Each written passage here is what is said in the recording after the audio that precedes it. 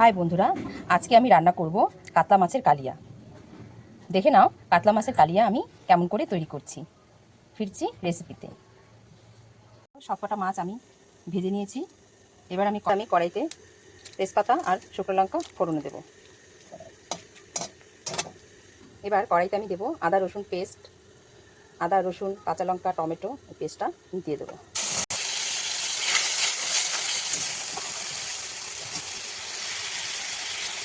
এখানে দেবো আমি স্বাদ মতো নুন,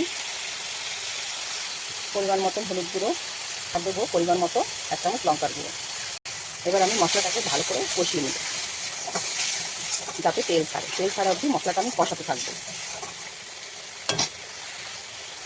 মশলাটা ভালো কষে গেছে, তেল ছেড়েছে। এবার আমি এখানে দিয়ে দেবো জল।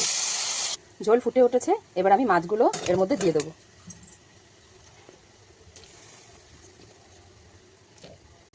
দিয়ে দেবো ধনেপাতা কুচি। ব্যাস আমার হয়ে গেছে কাতলা মাছের কালিয়া। একটু ঝোলটা ফুটে কমে আসলে আমি নামিয়ে নেব। কাতলা মাছের কালিয়া আমার একদম রেডি। দেখে নেওয়ার ফাইনাল লুক কীরকম হয়েছে। ভালো লাগলে লাইক কমেন্ট শেয়ার আর সাবস্ক্রাইব করে আমার পাশে থাকবেন। নিত্য নতুন ভিডিও দেখতে হলে আমার চ্যানেলটি অবশ্যই সাবস্ক্রাইব করবেন বন্ধুরা। দেখা হচ্ছে অন্য একটি রেসিপি নিয়ে। ধন্যবাদ।